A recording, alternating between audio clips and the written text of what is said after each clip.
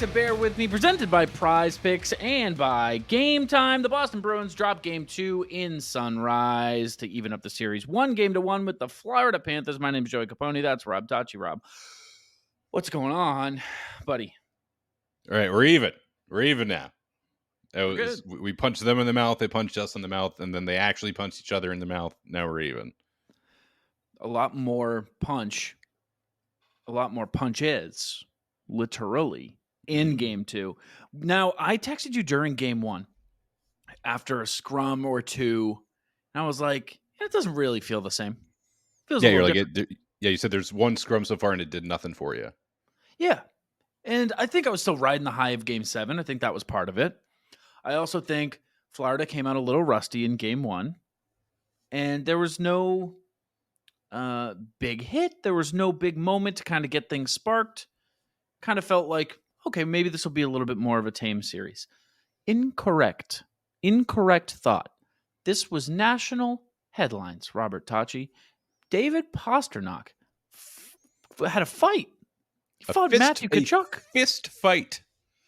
I don't want to waste any time. I don't want to be like, well, we got to get the first period, the shots where they were getting a lot of block shots. I want to do that. Who do you need more from? David Pastrnak fought Matthew Tkachuk with his hands. He did. He really did. And I either earlier today or yesterday, at some point after the fight, I texted you, like, now that I've had time to think about it, that's probably a top 5 David Pastrnak career moment for me. It should be in his like career highlight reel, yeah. Yeah, and the big discussion around it right now is that what a shot in the arm for this team, too. I compared it to when Marchand fought somebody earlier in the season, somebody far, far larger than him, kind of like, oh shit, we left all the fighting to the guy who's 5'9", to our captain who's 5'9". Maybe we should step in and do that instead. And credit to the team, most of them were kicked out by the time David Pastrnak actually did fight Tkachuk, but all the same, I do think that is going to light an incredible fire underneath the Boston Bruins and will make for what could very well be an uber violent Game 3 in Boston. I am curious if we as the fans are like fan fictioning our way into like Game 3 is going to be crazy. Like there's going to be a fight every other, whatever. Do you think it's going to be like really, really getting at each other? Or do you think Monty's going to be more like, we need to win the game. Let's focus on winning the game. I would imagine both coaches are going to say that. Let's not get distracted. Stay focused on, the reason we're here. We're here to win the games. Don't let them get in your head. Both coaches are going to be saying that. And you have to imagine the officiating crew is going to start the game being like, gentlemen, not doing that tonight. We're not doing that tonight. I'll just toss you. So, yeah, because that works. Because if you throw out a player when things are starting to boil up, that will prevent any more issues from arising.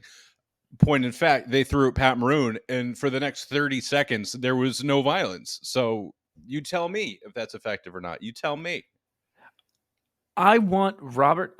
First of all, to what you're saying, hilarious, yes, that they thought that would do anything. I don't know why they thought that would calm things down. Pat Maroon is not the epicenter of these. He is the goon. He is literally, but he's the like the muscle, the main character's getting a fight and the muscle comes along, the tank backs him up and takes care of business, but he's not like causing this stuff by any means. So weird move. But also, I gotta know what he fucking said. I've gotta know what he said to get ejected so fast. Because all he did was come over, grab a guy's arm, yell in his face for a sec, and the referee was like, get out of here. Go home now. Look yourself in the mirror. Call your mother. Get off the ice. I've never seen an ejection so quick. Him and Cousins, too. They both went. So, like, I was saying the same thing. I was like, did he just say something, like, so, like, over the line that the ref was like, nope, we're done. But I think it has to be the, like, they could sense it coming. And I'm sure there's a lot more talking on the ice that we're not privy to before that they're like, look, this appears to be reaching a boiling point. So maybe if we send a message and kick people out when they don't even deserve it, that will prevent anything else from happening. Obviously not. But if he said something, please let us know, Pat Maroon. I haven't seen all the interviews with the players. I don't even know if it was even really brought up, him getting tossed out or unjustifiably kicked out or what. But also, like, that game from the get-go was pretty, you could tell it was going to be something. Literally the first shift, the first time the puck got to Swayman, McAvoy took a swing at Jeremy Swayman. And Brazeau had to like headlock him and remove him from the situation. Well, it should be no surprise that Florida came out like they did. I mean, you don't want to lose 2 games at home to start the series. That is a big game. Like, you have to play that game like a game 5, game 6, and not get lost in the fact that it's early in the series and whatever, because to go to Boston down 2-0 is detrimental. So the fact that they came out swinging wasn't surprising. But the mutuality, should that be a word, of the scrummage, if that's a word, was where, I don't want to say it was shocking, but it was approaching shocking, where I was like, wow, they are really going at it. They are really just like that, just right back where they left off. It's almost like game 1, they had amnesia. They were like, oh shit, wait, you guys are the Florida Panthers? Is that Matt Tkachuk? We hate you guys. Oh my God. I remember you. They snuck in a win before the Panthers or the Bruins remembered exactly what was going on. Like, hey, wait, that didn't count. We didn't know. Was like, hey, these guys eliminated you last year, remember? And, blah, blah, blah. And somebody stood up and was like, Coach, can you repeat that? These guys, whoa. The Florida Panthers? It's the same Florida Panthers? 2 wars? This is the same Florida Panthers? It took them a while to remember, but it was awesome. It was awesome. I mean, heart attack game, but also when you're down, I don't know, 4-1, basically once it gets to 4-1 with 12 minutes left, then it starts to become just a bloodbath. And it's like, okay, this game's over.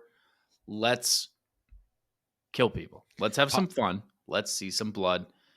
And we did. Pasta even said as much when talking about the fight with Tkachuk. He's like, well, the game's over, which you don't usually hear. Guys, like, obviously, yes, it is. It's not like, oh, wow, he acknowledged it. But they're usually so deliberate with the language that they use. They don't ever want to imply that they knew that the game was over at any point when the game was still going on. Yeah. So he's like, no, game was over. Just, and I, like you said before, I love the comments, him being like, I'm not afraid of him. I can take a punch. Kind of reminds you that while, yes, he's the soft-handed superstar of the Boston Bruins and one of the better players in the league, still a hockey player. That's the guy who definitely got in scraps growing up. Like, that's the guy, like, that is not the first time David Pastrnak's ever been in a hockey fight. His second NHL career fight. It looked like the first time Matthew Tkachuk had been in any kind of regulated fight. Doesn't really seem like he knows the unwritten rules all too well, but even again, Montgomery even made a comment about it. He was like, that's not part of the game to me, which I feel like is a good comment to make, or he's not like, that's so it's, like, no, for me, I leave that. That's not for me. I don't see it that way. I mean, very few would, because it's cheap. They kept cutting to Keith Tkachuk in the stands. I'm like, yeah, that's the guy who raised Brady and Matt. I believe that. Obviously, I did not really get to see Keith play. I saw a tweet earlier that said, if Keith Tkachuk gets any fatter, they're going to make him start hosting the 12-2 spot on 98.5 The Sports Hub. Thought that was tough. Thought that was funny. That's not bad. Yeah. Like, okay, so talking about like that, I guess more of the game itself. Boston taking game 1, very definitive 5-1 game, but even with like a lot of deficits in their game, like issues, McAvoy being at the epicenter of it for me personally. And then game 2, we even said we're like, Florida will be shot out of a cannon. Like, they're not going to give you a performance like that back-to-back on home ice to start a series. And they didn't. I do think through all of it, Jeremy Swayman still looked very good. That first goal, especially that tip by Montour, that if you want to break it down, probably the gap in coverage by Forbert. You got 2 defensemen going into the corners. Not the best. Mm-hmm. And even the ones after that, like a lot of gritty goals in the crease area, a lot of like second, third chances for Florida. And like you said, like after that 4th goal, it became an entirely different game. It was game 2.5. It was decided, and then it was Boston just like demonstrating, hey, yes, we may have just gotten our asses kicked, but we're not just going to sit down and be like, okay, we'll wait till game 3. They're going to get their pound of flesh out of it, and they most certainly did. And I think it also, I mean, it kind of goes without saying, but sets a tone for game 3. Yeah. That they're coming out swinging and that they're not going to roll over. And I think that's another element of the pasta fight, probably the biggest one, that it's got to just spark everybody in that room. That David Pastrnak 100%. was willing to fight for you. And I mean, literally sought permission. We have to bring that up. I'm going to just jerry rig that in here. That was the best part of the whole fight, is that it was planned. Is that during the matching minors, I think that were called shortly before, that they stood outside of the box and they said to each other, yeah, you want to go? All right, well, all right, let's do it. Right in front of the referees, which I thought was sick. They're like, yeah, let's fight. Okay, yeah, let's do it. I don't even think they had minors on. I think they were just going to the bench, and because they were talking. They were standing in front of the penalty box. Then where did the officials? Then how did the clip come about of Montgomery and Pasta talking if he was in the box? No. I'm not saying matching minors to them. I'm saying I think there was matching minors to somebody else. And then both of them, because they both wear A's, were talking to the officials. Yeah, that was like right. That was when Mikkola, Marchand, McAvoy, and Reinhart all got kicked out. Yeah. Because that was like 40 seconds before they fought. That makes sense. So they are talking to the officials about the calls, and amidst it being like, oh, okay, yeah, no, that makes sense. All right, so misconduct there. Matching minors there. Oh, okay. All right. Do you want to fight each other? Okay. Yeah. All right. Next shift. Okay. And the way Pasta looks at Jim and the way Monty gave him the approval, it's awesome to remember that these guys are grown up youth hockey players. And that was a moment to me that really felt like a grown-up youth hockey player. The way he looked up at his coach standing on the elevated platform behind the bench. The coach, he said, could I fight? Because he said that he wants to fight me. Could I fight him? And you can see Monty clearly like taken aback. He goes, sure. Yeah, the taken aback is the perfect way to describe it. Like, it's not at all the question Montgomery was prepared to hear from David Pastrnak was, hey, can I go fight Matt Tkachuk real quick? And it seemed to be like, do you want to fight Matt Tkachuk real quick? He's like, yeah. He's like, all right, knock yourself out. Okay, don't actually. Just like, yeah, knock him out. But the way he so clearly goes, sure, is awesome. I need the audio to that. Also, love the Florida Panthers fans, like, going rah, Matt Tkachuk just beat up David Pastrnak. It's like, yeah, man, your power forward beat up our superstar. Sick. He won that fight in his own way. Pastrnak did. He lost it in the traditional sense, in the sense that he was not the better of the two fighters within the fight. But he did what he needed to do. Like, we kept talking about it. Like, he rallied the team, and I think it's going to carry over heavily into game 3.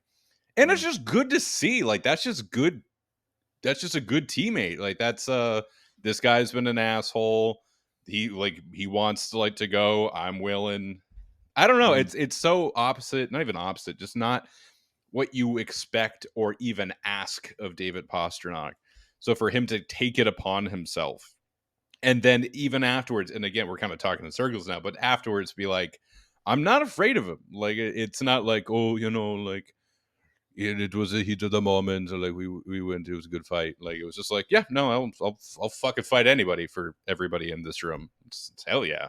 It's got to sound so cool for the teammate. Like, if you're like Trent Frederick or Brazeau, it's like, and you have your 60 goal scorer out there throwing hands with Matt Tkachuk, that's got to be so inspiring. Yeah, I mean, between the Marchand hit on Tkachuk and the Pasta fight, I mean, it's like we just got a couple of great Matthew Tkachuk clips to come out of this game. But this one, it will be remembered as the Pasta fight game. Like the bloodbath / Pasta fought Tkachuk game. That will be, in terms of this series, how we remember that game. That was game 2. That's like the defining thing of that game. But before we get into too much more of the nitty gritty of game 2 and preview game 3, which is what this show also is, Let's take a listen to an awesome offer from our good friends over at Prize Picks. Prize Picks is America's #1 fantasy sports app with more than 3 million members. It is the easiest and most exciting way to get on the action while you watch your favorite sports and players. You just pick more or less on 2 or more player stats and watch the winnings roll in. Prize Picks is so easy to play. I can make my Celtic picks and make my entry in less than 60 seconds. Quick withdrawals and easy gameplay and an enormous selection of players and stat types are what makes Prize Picks the #1 fantasy sports app. Celtics and NBA fans, you can get in on Prize Picks in 30 states across the country, including California, Texas, and Georgia. On Prize Picks this week, I'm selecting Jason Tatum to dish out more than 5 assists and his teammate Jaylen Brown to have more than 22.5 points. Download the app today and use code CLNS for a first deposit match up to $100. Pick more, pick less. It's that easy. Prize Picks.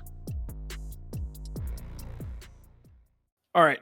As fun as the end of game 2 was, the final score of the game deserves a little bit of attention because, Rob, they lost. They did. But they quite lost a bit. The game. By a few. We got to talk about it because the big storyline there, I guess, would be the fact that Swayman got pulled. Is that the big story? Is that the most notable thing? Like I know. If he himself were responsible for it, if Swayman's play deteriorated immediately at this game to warrant him getting pulled, then I think we're talking about it. But he was himself. He looked great, but the Bruins just were not there for him tonight. They let him down pretty hard. And I again, if it were more in him, then I think we're talking about it a lot more. But the conversation really seems to just be on the Pasta fight. Like to what you were just saying, it's like 10 years from now, it'll be like game 2, like, oh yeah, that was the Pasta fight. That was the Pasta fight. Like I think that is the title for this game in the future. Mm-hmm. I mean, we can even just jump back into the obligatory goalie discussion that every episode for every Bruins Bruins podcast is required to have. Personally, go back to Swayman. Go back to Swayman for game 3. Absolutely. What do you think? First of all, I'll say this. This is me not answering your question. Let me say this. Swayman played less than I thought. He came out like a minute or 2 into the third. I thought it was... Am I here? Now you are. Sorry. That was so good. You're like, first of all, let me say this, and then it cut out perfectly after that. Hanging in suspense. All right, well, let me say this again. What was I saying? Jeremy Swayman. Ullmark Jeremy Swayman came out earlier than I thought. He came out like a minute or 2 into the third. So he played about 42 minutes, I think. Correct. And letting Ullmark get some time, cool. Having it be in the third period, a little tough. And it did hit me as he was taking the ice. Like, man, hasn't played, 2.5 weeks. I think longer at this point. I mean, it was a Monday, so it was 2 Mondays ago. Okay. All right. So it had been a little over 2 weeks.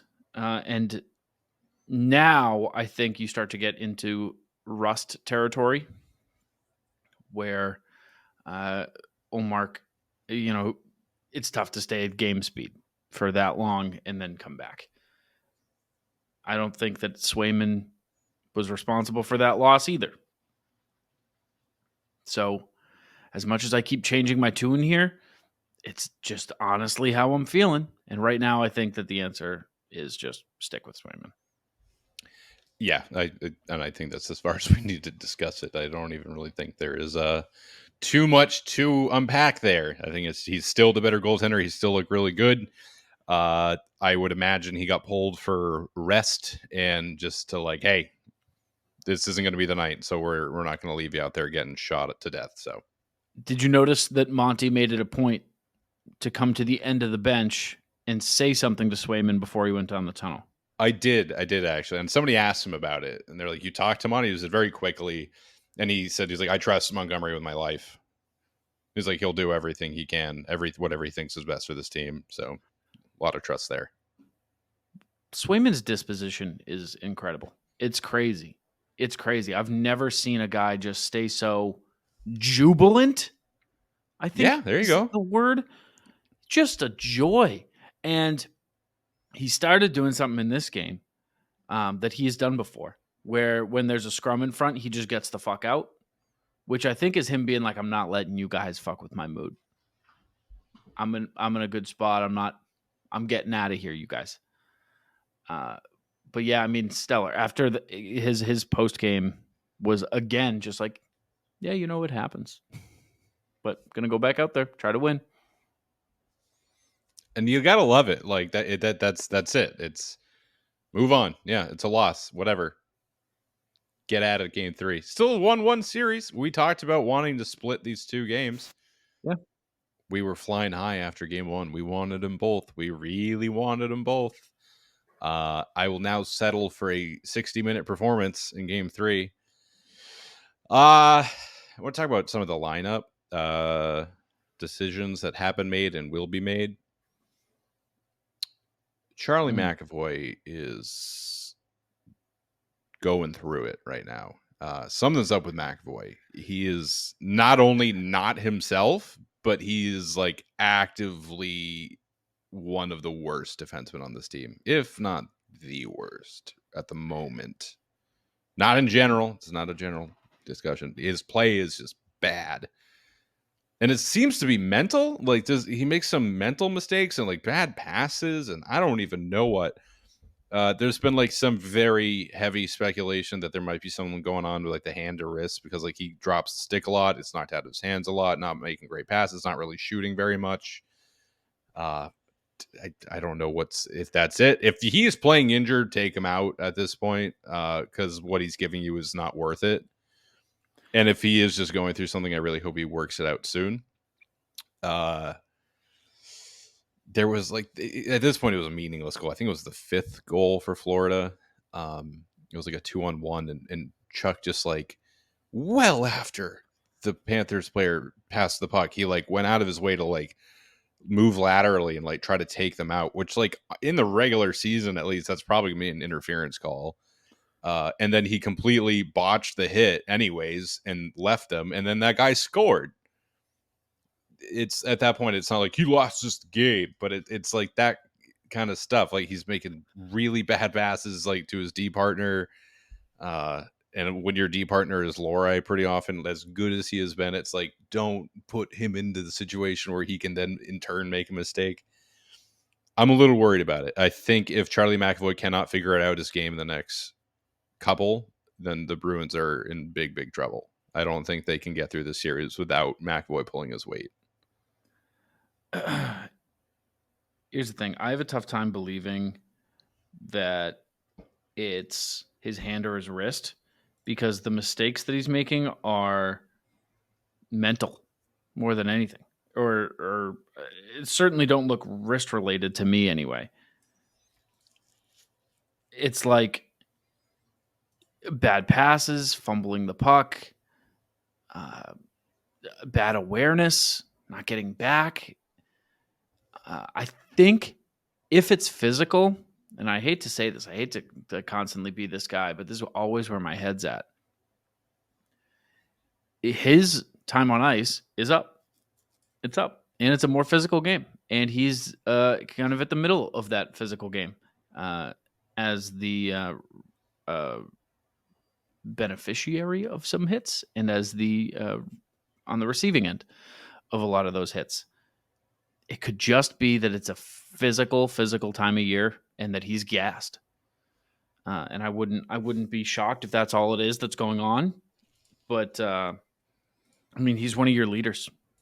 You need him to lead by example. And from all the clips, the behind the B that I'm sure we'll talk about, he's still a vocal leader.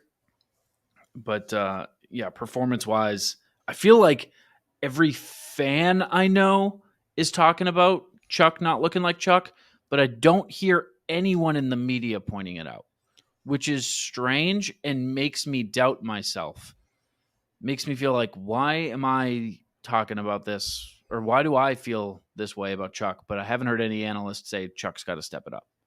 Even people I know who only really watch the playoffs are like, what's going on with McAvoy? I'm like, I do not know. It can't just, I don't think it's like our perceptions are wrong. Like there's video evidence of him not doing the right play very consistently. His time on ice, this game, it was only 18 and change. I think that may have been because it was 18:36. I think it was because he got that cut and missed a little bit of time getting a patch. I don't know if that would have accounted for, 6 minutes of ice time gone. But it was a pretty even split for all six defensemen. 18:52, 18:48. Lindholm leading with 21:41. Then Lori at nearly 21. Then 18:36, 17:02. Usually you see that a bit more skewed, but not in this case. Lindholm played almost 6 minutes shorthanded that game. Crazy. Also, I know we're going to talk about lineups, but it came to mind. Stop taking too many men penalties. Oh my goodness. The Bruins have taken 5 too many men penalties. The rest of the NHL combined in the postseason have taken 4. That's not a penalty you should take in the preseason. Never mind in the goddamn playoffs. You're playing the Florida Panthers. Are you joking? God damn it. Even Monty was like, it's on me. It's like, yes, it is. It absolutely is. I mean, also when the players like recognize that it's either not your turn to go on or it is your turn to come off. But, oh my God, that is just the most frustrating thing as a fan when there's like a stoppage in play and you're like, what's going on? And then you hear the too many men call you. Like you're just giving away free power plays. That's all that is. It is the most avoidable penalty in the NHL. The good news is that the Bruins are really good at killing penalties. They're very good at killing penalties. But then you're just ticking time off the clock in a game that you're losing. That's also part of it. That's what I said. It's like, you can't, how are you going to score goals and get shots on goal if you're shorthanded for like a third of the game? They had 15 shots on net. It's their fewest shots on net in like 34 years in a playoff game.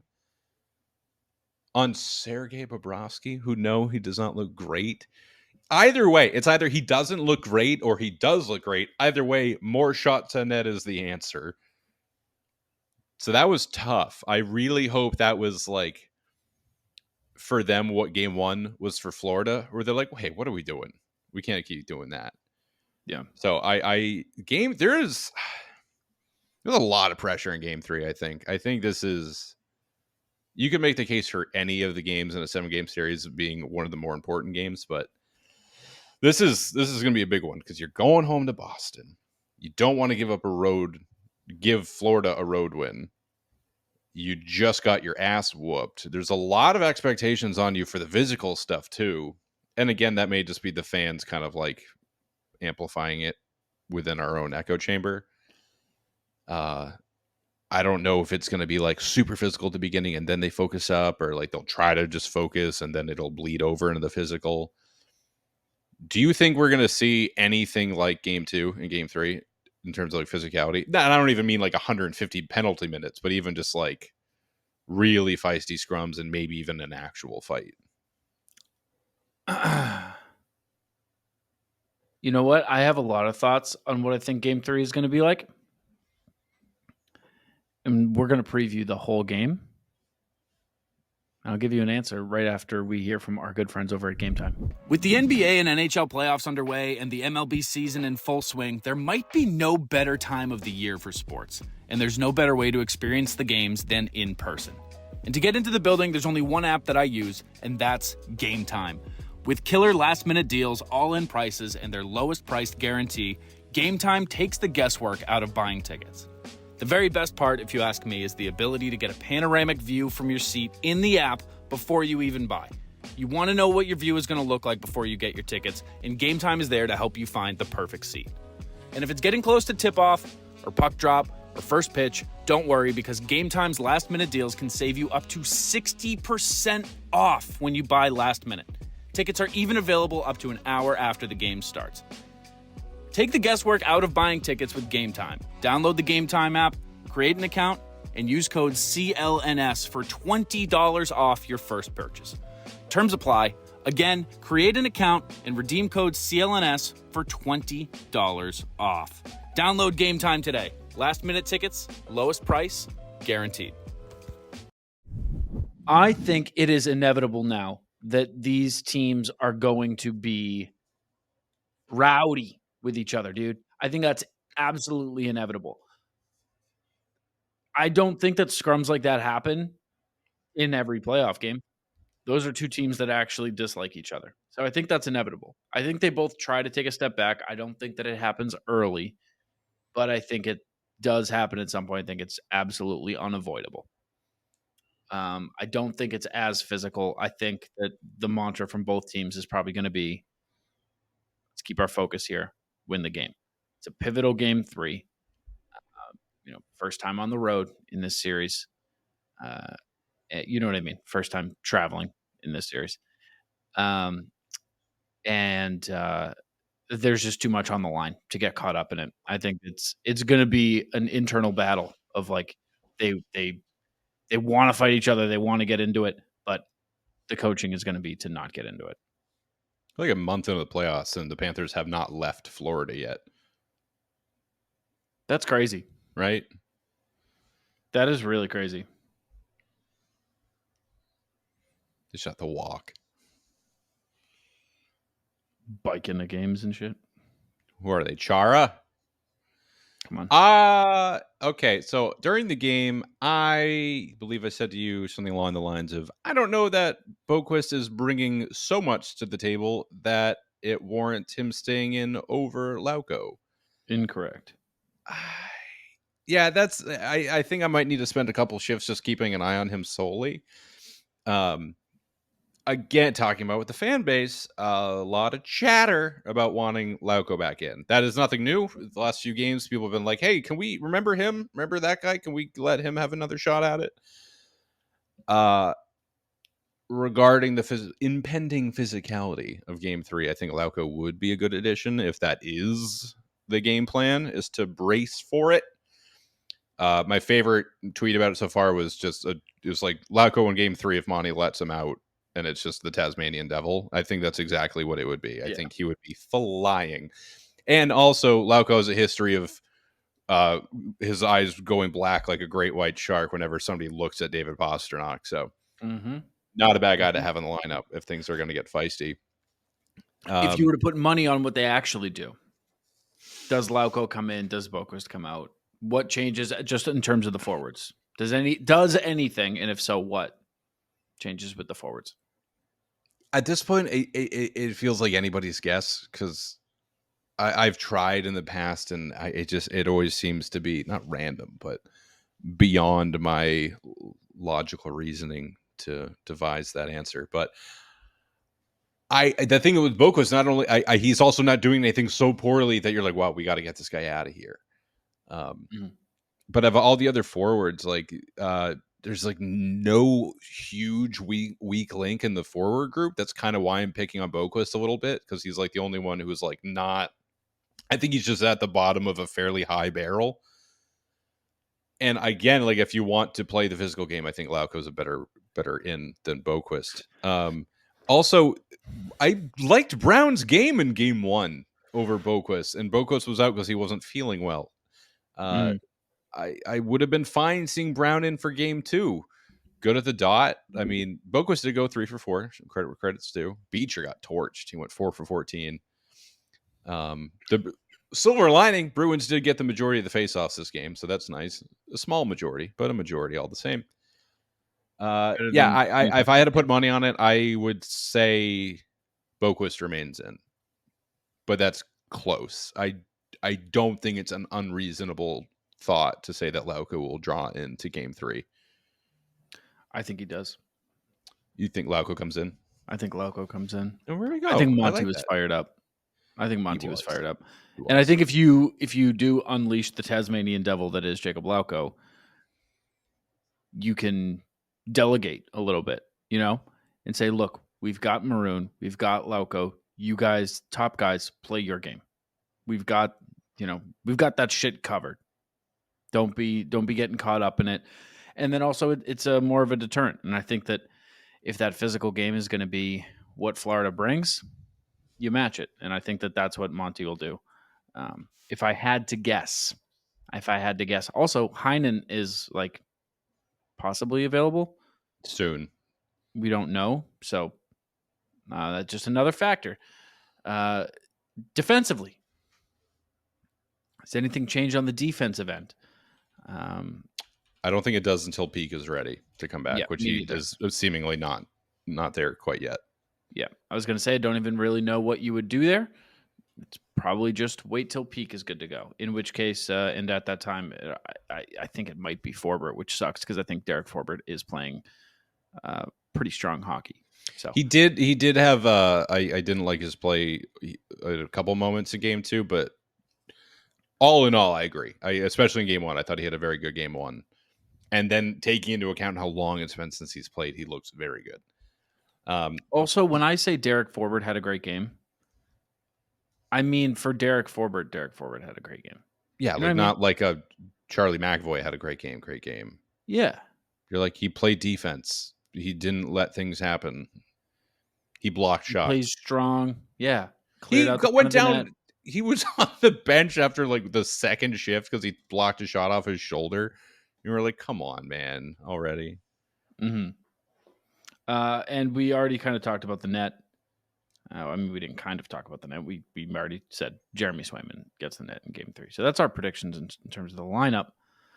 One more thing I want to add on to my Lauko thoughts is if the Bruins do want to keep playing the chip and chase game, the dump and chase game, which they seem to be, I would much rather it be Jacob Lauko hunting down that puck in the corner than Boquist. That's much faster, and I would have a lot more faith in his physicality in board battles. And then you can put Beecher back at center, and then put Lauko on the left wing, so you'd have Lauko, Beecher, Maroon. I think that could be a good line. Or you could sneak JVR in the fourth line, but Lauko would be Lauko, Freddie, Brazeau. You got options. Like the bottom 6 is pretty fluid, like a lot of the lines are. I think Lauko's talents would be well utilized in these games. I do like that a lot. That's a great point because that is how they're still operating their forecheck, which is why, actually, perfect segue, which is why I think this game is going to be a frustrating one. Yeah, I think that they keep running that same thing. I think that the shots stay low again, and I think we come out of this one going, what the hell are they doing? Are you predicting a loss? I'm predicting a loss. But for no reason other than they happen sometimes. I don't think that this is going to be writing on the wall. I don't think that it's anything like that. I think that it happens. And it just feels to me like the stars are aligned in Florida's favor a little bit. I don't know. Also, Swayman getting got to, you don't know how he's going to react to that. You know, we know it wasn't his fault. You got to assume okay because of what he says outwardly, but you just don't know. So I think if there was a time where I'm like, I can just see, if you're just going gut and you're like, which one of these two realities feels more likely? The reality where we come out and we're like, hell yeah, series lead 2-1, or where we go, ugh, tough, dropped it, there's still time, we can split these in Boston. I think they do split them in Boston. But again, this is just all gut. We're looking ahead to game 4 now. We don't need to be doing all that. But I think they dropped this first one. I was going to ask if you think they split. Going with my gut, I felt this way even after game 1. I feel like it's going to be a very back and forth series. I think it's just a constant trading blows. I don't think we're going to see more than one more blowout in this series, like 5-1 or 6-1.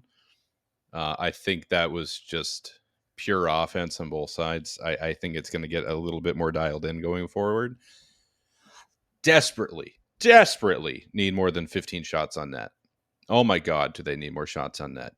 Talking about behind the B, there's a clip before game 7 where McAvoy is going, like saying, don't turn down a single shot on net, not one, which pretty rich coming from Charlie past the puck McAvoy.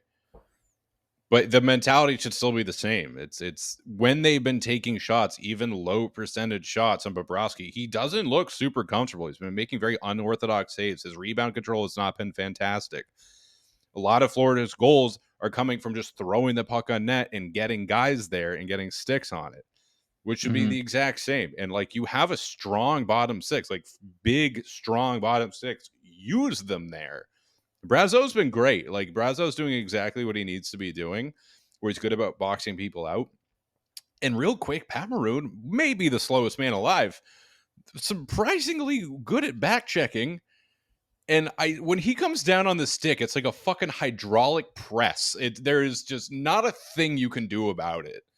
Like, if he gets his stick on yours, it's not going anywhere. So just use that strength, but closer to the net, please. Mm-hmm. And just more shots from the blue line. I want McAvoy taking 4 or 5 shots a night, every night. No reason not to. Great shot. I don't know. I feel like it's still a tall order to ask right now. Like, it's hard. I'm asking for like a 180 from McAvoy right away, which is a lot. But you need it. I said it before and I'll say it again. If Charlie McAvoy does not get going in the series, the Bruins will lose it. You cannot beat this Florida Panthers team without your star defenseman doing what he does. You barely got by Toronto. Barely. And they're not nearly as good of a hockey team as the Florida Panthers are. And Joseph Wall and Ilya Samsonov are not Sergei Bobrovsky. Even if Bobrovsky, I still don't think is playing at the best of his abilities. No, I think you're absolutely right. I think you're right on all of that. I also think, like, if you were to ask for baby steps from, I almost called him Gronk. Why did I go to call him Gronk? Chuck. Maybe because I said baby Gronk is on the mind. If you're looking for baby steps from Chuck, yeah, Paul Skeens is getting called up. Livy Dunn's boyfriend. Livy Dunn. You're making up names. Gronk. Anybody over the age of 29 listening to this is like, what the hell is he talking about? What is the Magic Dragons anyways? Yeah, it doesn't matter. You don't need to know. I'm so jealous. If you're looking for baby steps from Chuck, a great place to start would be just stop turning the puck over. That'd be great. That's and fair. Then from there, we can start to talk about other things, but that's a great place to start. Is stop turning the puck over. Then we can start working on, like, play your man and don't give up on plays. But yeah. I don't know. It feels like we're in relatively similar spots. We're both saying a split back home. Yeah. We just have the games flopped. Right? Do you say they're going to win? I don't even know. Well, I guess I did say, yeah, I think they're going to go back and forth, but I don't know. I don't feel like I have my bearings right now. I feel like 2 games is not a big enough sample size, which is funny because after 1 game, I was riding high. Pure adrenaline, pure ecstasy. Game 1, yeah. I'm ready to believe. But right now, I think I need to see 1 more game to know exactly what's going on. I also just want to see how they respond to the end of game 2. Like, that's it too. Everybody's waiting. The Garden is going to be an actual madhouse on a Friday evening game after that shit against Florida. Oh my God. It is going to be so loud. Florida is also like, they don't have the pressure to have the audience that like an Original Six arena would, but like the Florida arena is like pretty not the best in terms of like, did you just see like how no one empty it was? there, and like it's just like I don't know. Like, it's guys, aren't you the Panthers? Like, you guys are really good. Like, you should be more invested in Miami. Put it in Miami. What are we doing? Put it in downtown Miami. Is that where the Heat play too? I don't even know. I try not to think about Florida for obvious reasons. One of the many reasons I don't like playing them right now. Do they not share an arena? Why do they not share an arena? I don't know. Did you see all the downtown Miami? Did you see all the Utah team names, by the way? Bullshit. They're all terrible. They look awful. I don't like any of them. Why? There's a beautiful the Utah modern Caribou? Arena on the waterfront, Rob. I'm still on Utah. You moved on to Utah. I'm still on the Florida Panthers. Fair enough. This is a beautiful, beautiful arena. Move here. Whatever. All right. Now, Utah, Utah, yes. I want to point out some of the worst name suggestions. These are the ones, like the 20 potential names, and they're like, okay, fans, which one? And it's like, do you got any other options? The Utah Black Diamonds, obviously a skiing thing, doesn't sound right. That's like, No. even if that was the Vegas Black Diamonds, that might have been all right. But the Utah Squall, the Utah What? Small Passing Storm, what a terrible name. The Squall? The Utah Raindrops, no, yeah, terrible. The Utah Drizzle? Utah Powder is funny for meme reasons, and like they couldn't go with it because of the never-ending cocaine references that would ensue. Yeah, sure. You can't do that. And they have the Utah Caribou, but go with the Utah Stags. That mock-up looked great. That's the only one I've liked so far. Caribou's too specific. And so many It of also these makes me think of that episode of Jimmy Neutron. Do you know what I'm talking about? Ooh, caribou. Yeah, it was the freeze. Yeah. Look, yeah. Ooh, caribou. Yeah, we need more Jimmy Neutron references on the show. Yeah, I can do that. Jimmy's mom. I'm just going to do a whole episode as Carl You can do that. Weezer. Yeah. You got the Carl Weezer references. I don't got them. That's all I got. Now I'm on the spot. Yeah, don't like any of them. Utah Hockey Club, I feel like they're going to end up defaulting to that one. It's going to be like, it's better than all of the rest. The thing is, it's like, wow, there's not a lot to pick from in Utah. Well, yeah, because it's not a super interesting spot. Maybe we don't need a hockey team there. I still feel like it's going to do surprisingly well. Nope. No, you're not about it? Because they're still the Arizona Coyotes. You have to remember that. They're not going to be like the Kraken or the Knights, who were like in the playoffs right away and like shiny new arenas and all that. Like, I'd be willing to bet that if you took most NHL teams and then put them in a parallel universe where they like had no funding and played at a local rink, they probably also wouldn't do too well. I feel like there's a lot of small things that add up to you not playing your best hockey. So I think now I'm not saying it's like the silver bullet and now they're going to pull a Vegas and go to the finals in their first year. But I've been behind that Coyotes roster for a while. They are talented. They have enough there where they can have a good season and creep into the playoffs. I do firmly believe that. Fairly tough division. I mean, all divisions are tough, but maybe they can. I don't know. You're right. Hmm? Maybe they can squall their way into the playoffs. It's such a bad name. Who even suggested it in the first place? Never mind how it's on the final list. The Squall? Yeah, I'm a big Squall guy. Oh, me, I'm a Squall. Yeah. I just think of my grandfather. Oh, it's a Squall. Bad. Not Any great. other ones? Riptide Rush? No, again, and the thing is, it's like I'm not sitting on better ideas that I'm like, they should go with this, obviously, other than Stag. It's one of those things like, a bad idea when you see it. Like, you're not always like the most productive. It's like me watching hockey. No, I cannot play hockey at all, but I know what bad hockey looks like. There's like a good stand of it. It's just like, I don't need to know how to fly a helicopter. If I see one crash in a tree, I know that dude fucked up. Mm-hmm. It's like, I'm not the creative guy all the time, but like I look at these names, I'm like, yeah, none of these are really doing it. None of these are moving the needle. Not moving anything. Utah Needles. We had it with Storm and Mormons. I don't know how we ever moved past that. I mean, is the Storm on there? Tell me that's not already a WNBA team, though. I think it is. They all WNBA name. Blast, Blizzard, Canyons, Freeze, Frost. Canyons, it sucks. Canyons sucks. Not good. The Canyons. The high, not even high. The cans would we all call Utah them? Glaciers? Glacier? These can't be real. Like, these are auto-generated. The worst ideas. This is a NHL... 2011. If you put a team in Utah, these are the names that like you can pick from.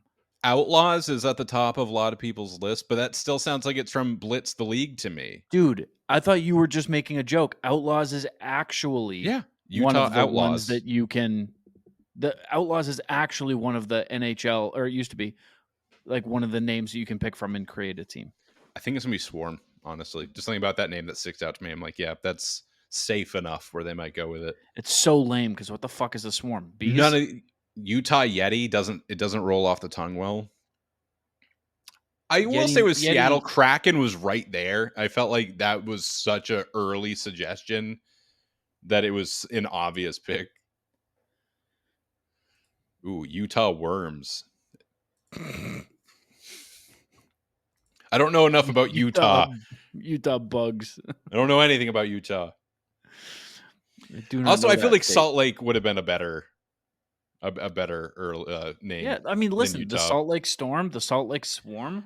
Yeah, you I get like the them. alliteration going. I don't know. I think it's a lot better. Utah But I just think you sucks. pull in more of the state if you call it Utah. It's like how they went from Phoenix Coyotes to Arizona Coyotes, which famously that work? saved the team. Joe, do not research that because it's true and it does not need to be verified. Thank you. Right. If you say, Right. oh, the whole state shows up. Utah, I mean, Utah sucks. The only other professional sports team they have kept the name that they had in their former city. So, is there a chance? I'm talking about the Utah Jazz here. It used to be the New Orleans. No, Utah Jazz. is famously known for their jazz music. I don't know what you're talking about. It makes a whole lot more sense that they were the New Orleans Jazz and then came there and became the Utah Jazz. Is there any reality where they are the Utah Coyotes? No, it can't happen. Because I would- Alex, whomever he is, still owns the rights to everything Coyotes. And he has like 5 years to get the team back, which is what? No. Why would you let him? No. I hope it is like an unwritten, unspoken thing, or even spoken thing. And they're like, look, on paper, yes, reality, no, don't waste your time. Yeah, I mean, I haven't heard much about that, so I think that probably is the case then. That's all the more reason I'm rooting for Utah to work to the point where it's just like not even an option. Because if they're like the 32nd team for the next 5 years, maybe he's got a shot. But if they're even okay, I think it's just automatically off the table.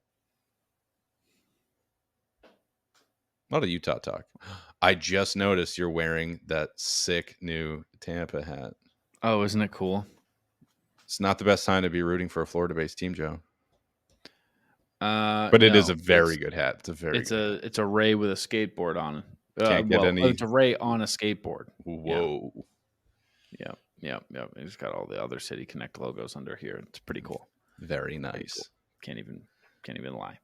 Yeah, well. Do you have any other thoughts about game 2 or game 3?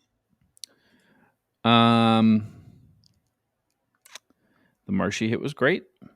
Oh yeah, we didn't really talk about that too much. They can never take that away from us. When I die, if I die, I want my futuristic tombstone to just be a repeat of that hit. So when you go to see me, it's just Martian clobbering Tkachuk to the ice. It'll make me sad every time I see it because you're dying first. Almost certainly, yeah. Almost certainly. It's going to be something dumb, like an ace unit's going to fall on my head. Like, I know I'm going to die in the dumbest way imaginable. It's all I know. It's going to piss me off. I know that. It's going to be at an inopportune time. It's going to make for an awkward funeral. Not awkward. That implies you know what's funny? Autoerotic. I was talking to my mom about this. This is a bit of a real conversation, but we have a few minutes left here. And, if you're looking to preview game 3, you can get out of here. Thanks for coming. Thanks for bearing with us. Bear with me. You're well aware my uncle died about 10 years ago, right? Coming up on 10 years. Yep. May 15th, 2014, he died, right? And it was like a household accident kind of deal. But it was kicked off by like a heart attack or a stroke, some kind of cardiac event that kicked off his demise, right? I was talking to my mom about it the other day, and she was like, I'm still convinced the game did it. And I was like, what game? What are you talking about? She's like, do you not remember that? I was like, no. She's like, yeah, he died like 5 hours after the Canadians beat the Bruins in Game 7. And I was like, what? And I went and looked it up, and that's true. All the more reason to dislike Montreal. There's a chance the Montreal Canadiens killed my uncle. So I feel like I'm hearing an early draft of your manifesto right now. There's a good before I before you say something on air that you're not allowed to say on air. Yep. Got to remember. Yeah, it's still recorded live. Yeah. All right. Well, I don't have anything else. That was my closing. It's a lot of pressure on the Bruins to win. Who knows who's going down if who knows whose uncle is out there and just gonna. We're losing uncles. Forget uncles recipes. Are dropping like flies out here. You got any other thoughts, or can we get the hell out of here? We can skedaddle. Looking forward to it. Should be a good one. All right. Follow me on Twitter. Follow Rob on Twitter at Joey Copponi, at Rob Tocci, respectively. You can follow the show on Twitter at bearwithme_pod. You can follow us as a company. You can follow the Bruins Rinkside at CLNS Bruins, at Bruins CLNS. One or the other. You can find it. It's all in our bio and stuff. Leave us a nice little review as well on Apple Podcasts or Spotify. Yeah, please do. If our numbers are good enough, we can justify explaining to the powers that be that they should send us 2 away games. So please help us make that a reality. Yeah. And we're getting there. I mean, a lot more listenership, a lot more viewership these days. So we appreciate you guys. Oh, also quick shout out to Steve from Hudson. I'm sorry. I hear you've been spreading the gospel. Bear with me at T-Bones. So tell Shannon she owes you a beer on me. And shout out to the Milford crew, Nacho and friends. We appreciate all our devoted listeners. Very much appreciate your continued support. Very much appreciate you guys. Thanks for helping spread the good word. Thank you for listening. Thanks for sharing with your friends. Thanks for following us. And, thanks for bearing with me. Still a lot of juice talk.